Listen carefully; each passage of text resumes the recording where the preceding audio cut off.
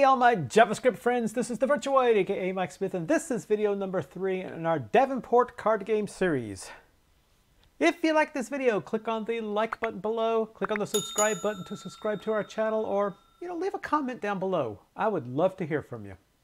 Okay, this video is going to deal with creating the class that is going to satisfy all of our round tests. As we left off last time, all of our tests have failed because we're missing files or dependencies, which basically means, hey, we're missing our source code. So we'll be starting this whole thing off with creating the source code.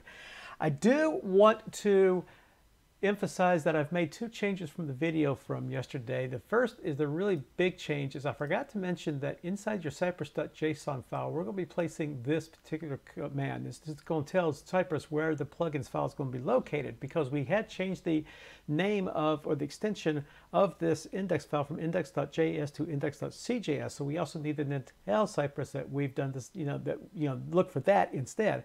Without that, your tests are going to blow up all over the place. The other thing that I changed was that within, and we'll get a spec here. We'll get, what's a good one? Well, the constructor, I think, will give us what we need. Yeah, the constructor gives us what we need. In the original video, I said I was importing everything from like roundNumPlayer and all that to source round.js.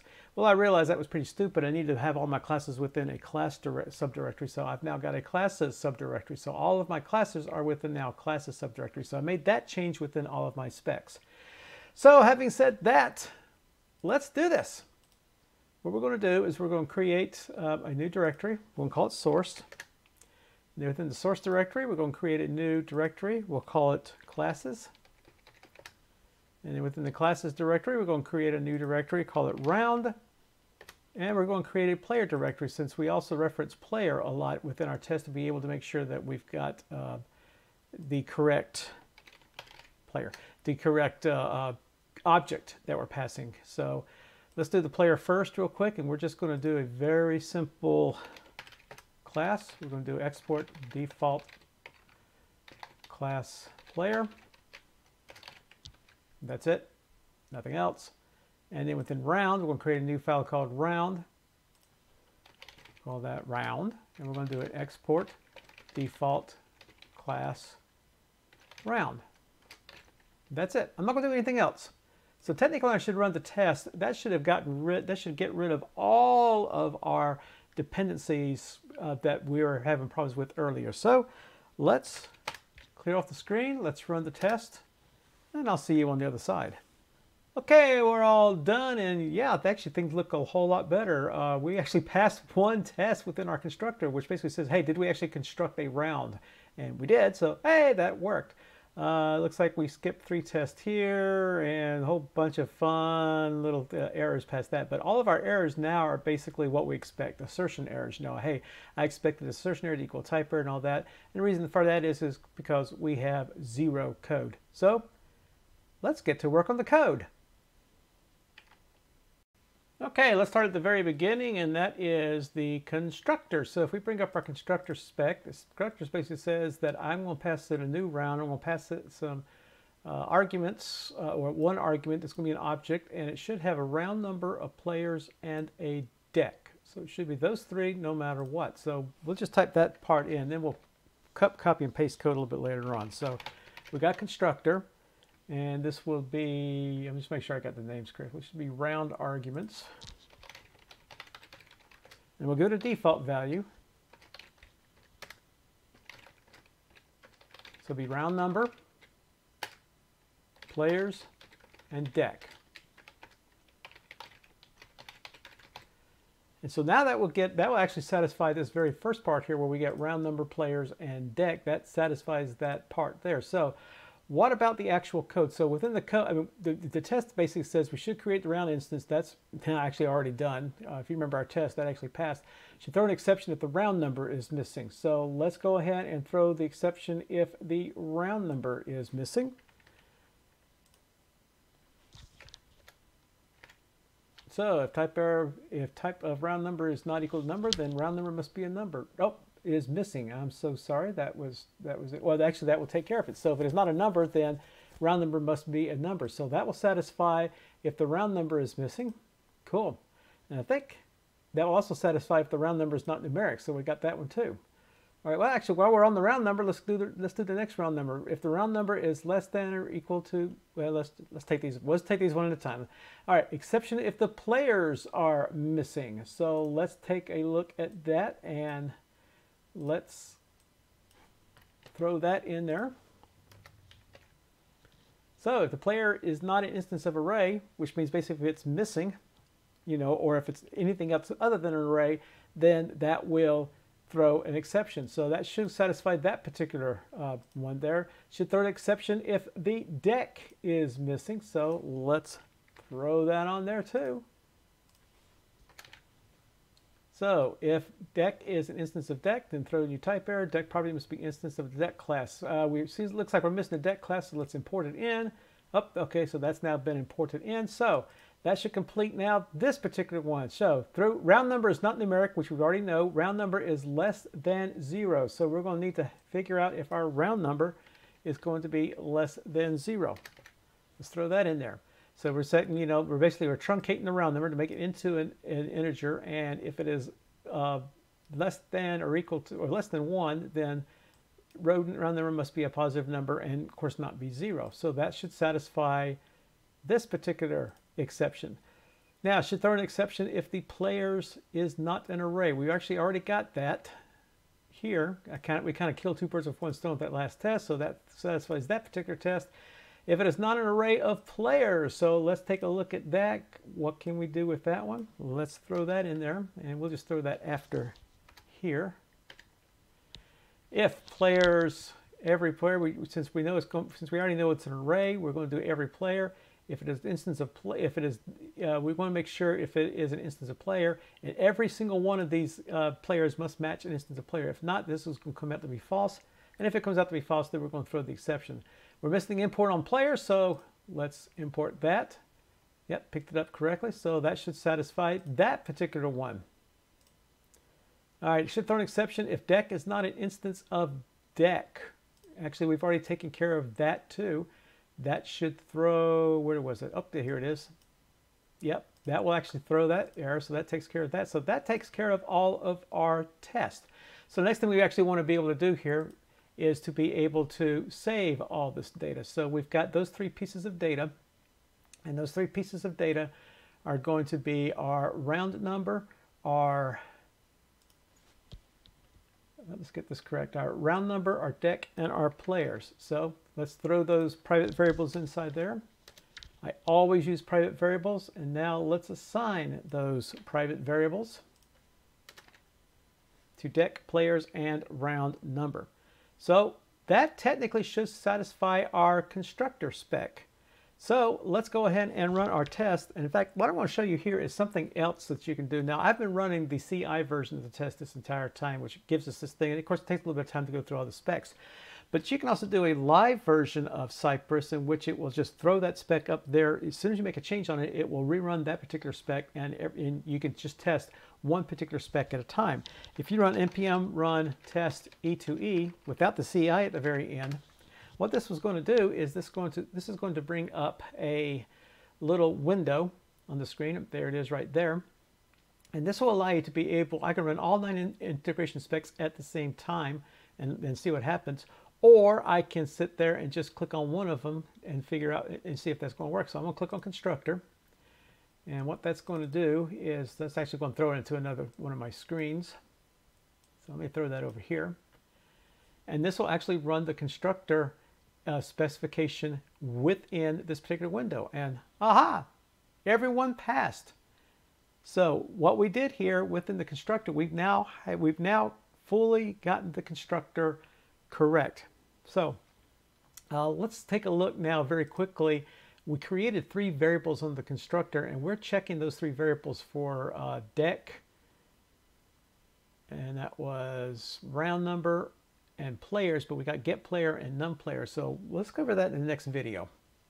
All right, so we created 3 new variables with our constructor, deck, players, and round number, and we have specifications for all of those: deck, round number, and actually 2 of them for the players, the getPlayers and numPlayers. So let's take these one at a time and let's add in these let's add in the accessors for these variables, or let's create the variables that will allow us to be able to satisfy the test. So for instance, on deck here, we are creating a new player, and we should be able to say that we should be able to read the deck and we should not be able to change the deck. So that tells me that what we really need there is a read-only variable for deck. And the way to get a read-only variable is to define a getter but not a setter. So if we go to our deck, let's pop some code in here, and that's it. That's all there is to it. That should satisfy the deck specifications, because I'm doing a getter here without a setter. So that should satisfy that I should be able to read it, but I should not be able to change it. Round number is the exact same thing. I should be able to read it, but not be able to change it. So what do you think is going to happen? Well, let's go to round and let's pop some code inside there. There we go. Same thing, get round number, return this dot round number. numPlayers, we just want to return the number of players that we have saved within the players array, or that we have in the players array, which means we just changed the length of the array, so that should return that, and we should not be able to change it, which means, guess what? That's a read-only variable too. So let's go to round. Let's pop that code in there. And there we go. Get numPlayers, players.length. And finally, we have the getPlayer, which is a little bit more complicated. So in the getPlayer, we need to be able to retrieve a player based upon ID, and be sure to return null if the player was not found. Okay, real simple. So let's pop that code inside there real quick. Very, very simple little round.js. All right, getPlayer. So we get the ID from the search parameters, because if you go to our getPlayer specifications, we're passing everything as we're passing an object in which it has the search parameters, in this case ID, and we're using the find method on an array to be able to find the player, and if it is not found, we're going to return null. And that's it. That should take care of all three of those variables: the deck, the round number, and the players, which the players actually has both numPlayers and getPlayer. So let's run and see what happens. Test E2E CI, and I'll see you on the other side. Okay, we're all done. So, dog, look at this. Our constructor is still working. Our deck is now working. That's great. Our numPlayers is now working. That's great. Our round number is working. That's great. Our getPlayer is not working. We have an error within the getPlayer. One passed, but one failed. What could have happened? Well, let's flip up here and see if we can figure out what happened. Yep, here we go. Here's the getPlayer. It should retrieve a player based upon ID. Should return null if player was not found. Assertion error, expected null to equal object. So when we tried to use the getPlayer and passed an ID that was correct, it returned null. What could be cause of that? Well, this is what the cause of it is. Let's go to the player code. There's nothing there. So what we're going to have to do here is we're going to need to pop some code inside of the player to be able to make it work with whatever we have. And there's our code. No, I know what you're saying. You're saying, well, whoa, this is a whole nother class. Well, that is correct. If we really wanted to be technical about it, we probably should have done our unit testing on the player first before we got to the round, since the round does have some dependencies upon the player, but we didn't do that. So we're going to put in here within player the bare minimum we're going to need to be able to get it working with round. And then in another video, we'll actually then tackle all the unit tests for the player so that we can fully flesh out what the player is going to look like. But this should fix our getPlayer. This should fix everything within our getPlayer. So let's go back to our test. Let's clear the screen off and let's run it again, and I will see you on the other side. Okay, we're back, and our getPlayer now passes. So numPlayers is passing, getPlayers is passing, Constructor is passing, deck is passing, and round number is passing. So everything that we worked on for this particular part of the video is now working. All right, we got error, game over, play, and winners spec left to do. So let's take care of error, game over, and winners. And we're going to leave play for last because play is the big one. So let's take a look at error first. In error is basically we should be able to read the error and should not be able to change the error. Okay, we're kind of used to that. The game over spec is we should be able to read the game over property but not change the not change the roundOver, not change the gameOver property. You can see I kind of did a cut, copy, and paste there and didn't quite fix it, but that's the way it goes. And the winners, we should be able to read the winners, and we should not be able to change the winners. So all of those are just your read-only properties. So let's take care of all 3 of those super quick. So the first one is going to be the error property. So if we go into the round, this again is going to be a setter. And returns this !error. So we're going to need a !error. And I'm going to default that to null. Now, why did I not default the other ones? Well, actually, I don't really need to default that to null.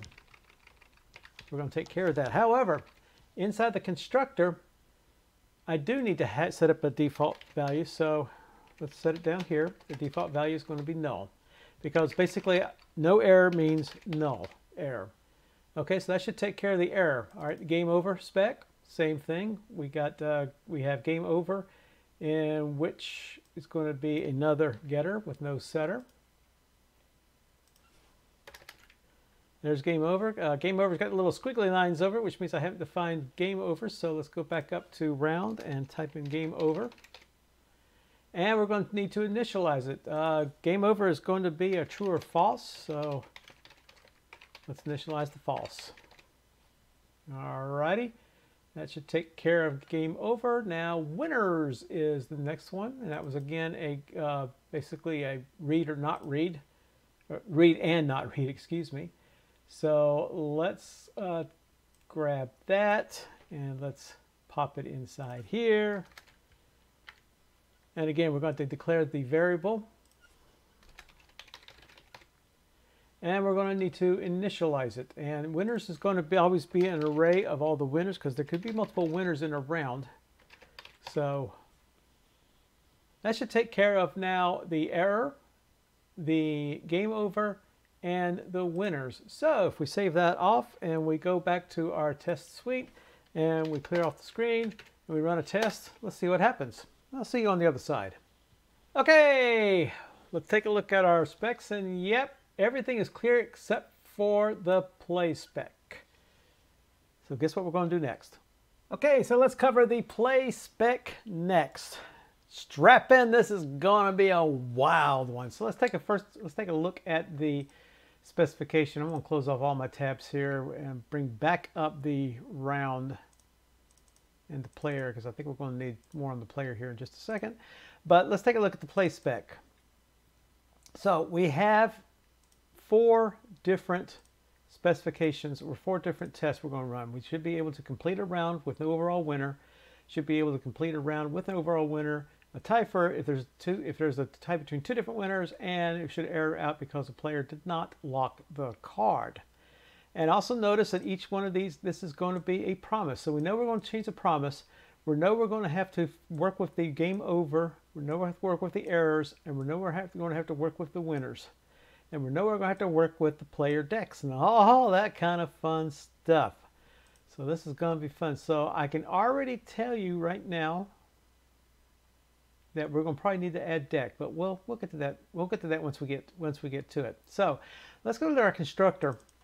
And notice with an constructor, when we first did this in our last video, I said this is basically what the system is going to look, or what the play is going to look like. This is what a playing of a round will look, be. We'll have to have all the people lock their cards. Then we're going to get all the winners. We're going to replace all the cards. We're going to check for the gameOver, and we're going to catch something if the player is not responding. And so what we're going to do is, I think right now, let me just go ahead and throw the actual code in there, and let's kind of go through what the play will do. So go down to the bottom of the screen here. Let's throw it in there. Here's the play, and this is where it's going to get funky. So this basically runs the exact same way that we did with the constructor. So the first thing we're going to do is we're going to return a new promise, and we're going to first of all lock the cards. Very, very simple. We're going to just get the cards all locked up. Then we're going to get the winners, and that basically is we're going to reveal the cards and figure out who the winner is going to be. Then we're going to replace the cards if we need to replace the cards for anybody there who didn't win. And then we're going to check to see if our game is over. And once our game is over, we're going to stop. Then we're going to resolve because we're finished playing the round, and we'll leave it up to whoever consumes this round to be able to say, hey, we need to do another round or the complete game is over, which is what we've done here in the play spec. Once we've played the round, we're going to basically, we're checking all this information here to make sure that the conditions that for in this particular case, the condition when there's no overall game winner, all these particular conditions are met. There's a ton of them there. So there's a ton of things we're going to take care of within the play round itself. If we do a catch, that means we had an error inside locked cards in which there was a timeout error. And in that case, we're going to set the game over to true because the game is indeed over. We're going to set the error and we're going to have no winners within the winners bracket. And we're going to resolve this. So basically what this is going to come down to is that if the game is over, we're going to set game over to true or false. If there is an error, we're going to set an error there with both the exception, the actual error, and what error that the player in which the player occurred upon.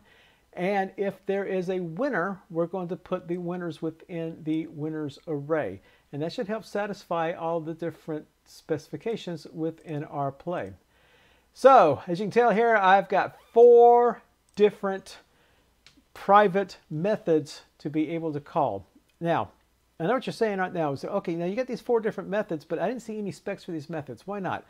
We don't need to test private methods. These are methods that are here to support the play method, which is the public method. This is the method that everybody can get access to. Now, all of these different private methods are going to help support this play, but when it all comes down to it, those 4 conditions we had inside of our play spec there are the only 4 conditions that we are going to expect to occur, or 4 different tests are going to expect to occur whenever we do a play. Whatever we have to do to support that gets done. I don't care about testing it. All I really care is I'm getting the data back that I need to get back. So I don't have to test lock cards. I don't have to test get winners. I don't have to test replace cards, nor do I have to test get check for game over. Each and every single one of those by default will get tested because they will be able to deliver the correct data that we are expecting when the test runs on the play. So with that in mind, let's take this one at a time. Like I said, this is a long ride here. So let's do lock cards first. That's our first one on there. So lock cards. This is the code that I came up with on lock cards. Again, this is everything is going to return promises here. So I'm going to return a new promise, which is no big deal there. But we're going to use the promise all. And basically the promise all basically says that I'm going to resolve this to be an okay if all of the different promises have resolved correctly. Otherwise, I'm going to error out if something has occurred here that causes some sort of error. And so to be able to do that, I'm going to build an array which contains all the different promises for all the different players. And that's pretty much it. So what I'm going to do is I'm going to do a get locked card on the player. And so this basically is going to be a private method here that is going to officially try to get that particular locked card from a particular player. I'm just looping through the players and getting that locked card. So we're going to need a get locked card private method. So let's pop the get locked card private method in there and take a look at that. So here's our get locked card private method. And it basically what's going to do is going to run a method called get locked card on the player. If it comes out successful, we're going to resolve the player. If it doesn't, we're going to set a player variable on the error to be the player, and we're going to reject the error. And that's how we're going to be able to pick out what player timed out on us. Okay, so already we know we don't have a get locked card on the player, so we're going to have to skip over to the player and do a get locked card routine. So let's go over to player. Method, not routine, method. So now we've got a whole bunch of different variables that are available to us. We're going to have a human variable, and we're going to have a locked card variable, and we're going to have a deck variable.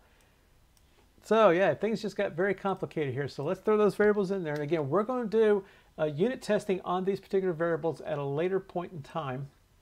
We're not going to worry about it right now because we don't have any specs for it right now, but we're just going to do what we need to do to be able to get the information out to us as fast as, or as much as we possibly can. So I'm going to put the human, the lock card, and deck in there, and I'm going to put getter functions for each of these and make them completely read-only. And we're missing the import for deck, so let's do the import for deck. And that should be everything that we need to do, because we're getting the locked card and I don't see any kind of errors here, so this is great. And so basically, if this is not a human, I'm going to sort the deck to be able to then be able to grab the highest card. The highest card then will be on the top of the deck, so I'm going to remove that top card using the remove method on the deck, and I'm going to return I'm going to resolve the promise returning this particular player. And I'm going to store it, like I said, I'm going to store it in locked card, the card that actually gets locked.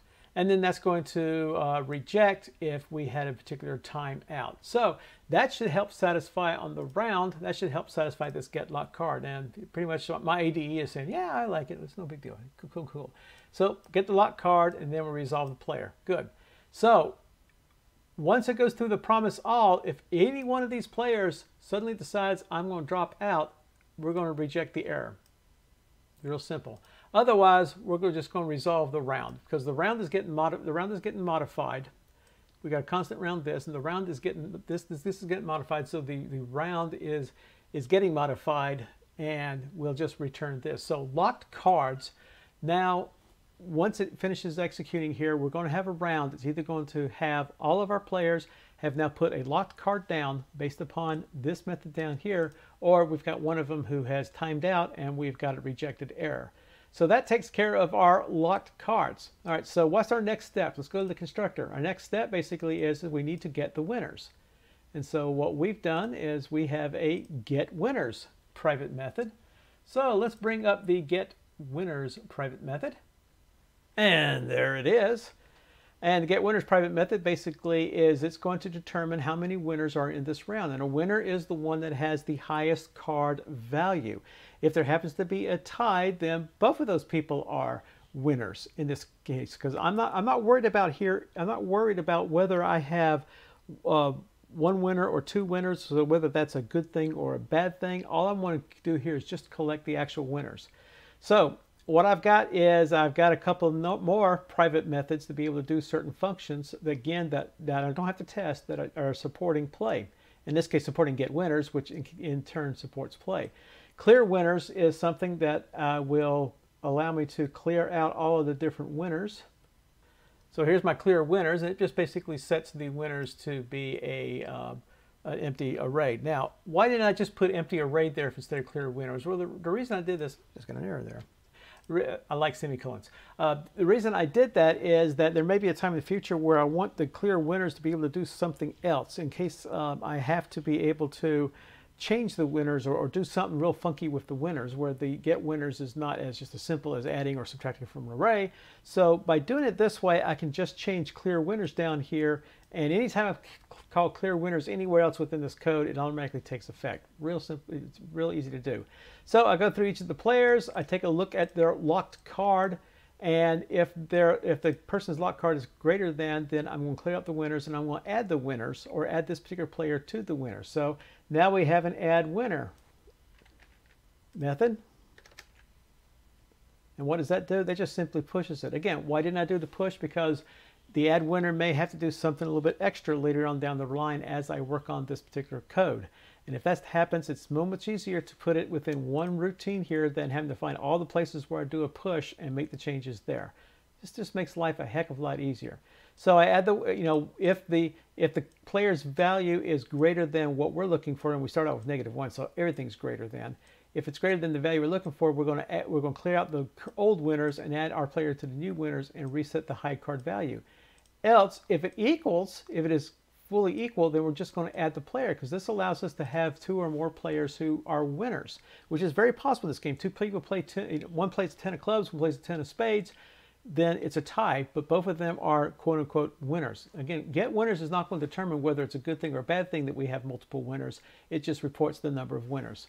So once we have that, our winners array within, it's right down here, our winners array within our round is changed to the number of winners that are within this round. So then we just return this. And now that fixes up the get winners section of this. So we've locked all the cards. We've now determined who the winner is. Now we need to replace the cards. So everybody who was a loser now has to replace their cards, and the winner does not have to. So let's do the replace cards method. And let's show you what that looks like. Like I said, hope you're still hanging on. Still hope you're hanging with me. So now we do the replace cards method. And the replace cards method basically is we're going to check to make sure if there is a winner, if there is a single winner or if there's multiple winners. So this is basically saying, okay, check winner is true if there is a single winner. It is false if there is not a single winner. So now we go through each of the players, and if there is not a check winner,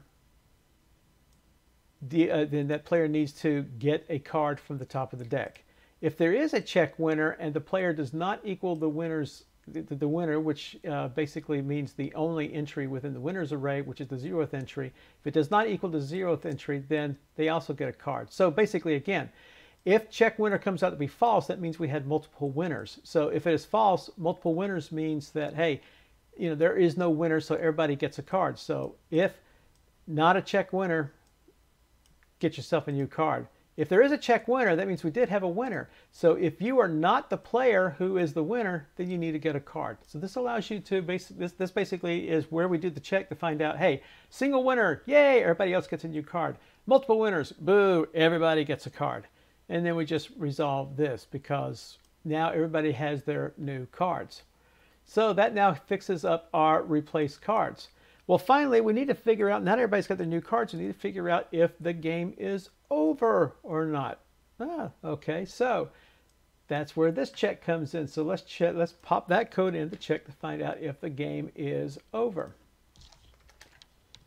How do we find out if the game is over? Well, the game is over if the winner's dot length is equal to 1, which means that we did have just one person, and if that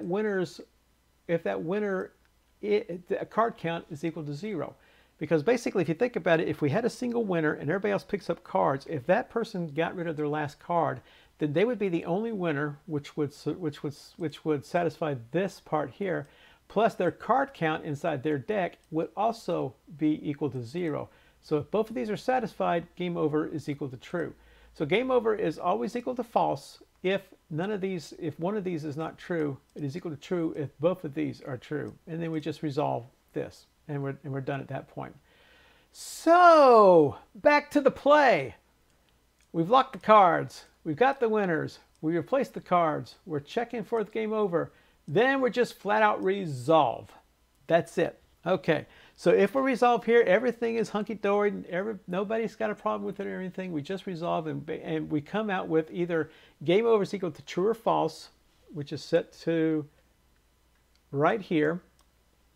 We also know whether the winners is an empty array, is a single array, or is a single array, an array of one element, or array of two elements, or three elements, or four elements, and that is determined within the get winners section.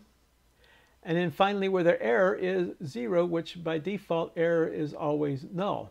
Now, that should satisfy this spec right here, because we checked the game over, we've got the error, we got the winners and their length of 1, that we know what winner it is, and we want to make sure that the correct cards have been dealt. That should also take care of this one here. Again, game over is, well, this is with the overall game over. So there's the game over, there's the checks, and there's another check to make sure that the card count is equal to 0. Actually, I just suddenly realized I really don't need that check, since that really comes out to be, if the game over be true, automatically assumes that the player A has no cards. But we'll leave it in there. That should also satisfy this particular one, in which we got a tie, and so if there is a tie, then the winner's length is equal to 2, because there were 2 winners. The game over is definitely false, and we should expect the card counts to remain the same or to be one extra because we dealt 1 extra for B here. The only thing we don't satisfy is this last one here, which we get an error. That's actually satisfied here, because if lock card gives us the error, which is the only place that we can get an error, whoops, right there's get lock cards is really the only place we can get an error. Actually, sorry, right here, there it is. This is the only place we can get an error. So if we get an error, we can catch error, we're going to reject the error. So when we reject the error, it's going to get caught right here. The game over is going to be true, because remember, game over is still game over. There are no winners, we make sure to get that completely cleared, and we set the error. So that should satisfy this particular spec here at line 61. So technically that should be everything. I have no clue whether it is or not, and the best way to tell is to get to our test, run our test, and I'll see you on the other side. Okay, and ooh, look at that! They've all passed! So what that means here now is that our round spec, all these different specs that we have determined that we got right here, constructor, deck, error, gameOver, getPlayer, numPlayers, playspec, roundNumber, and winners are all now satisfied by the JavaScript that we have written here within the round. Oh, what fun that is. So that basically completes now the class for the round. Hey, if you like this video, please click on the like button below, click on the subscribe button to subscribe to this channel, or, leave a comment down below. I would love to hear from you. And thank you so very much for watching this video. This is the Virtuoid, aka Mike Smith. We'll see you on the next video.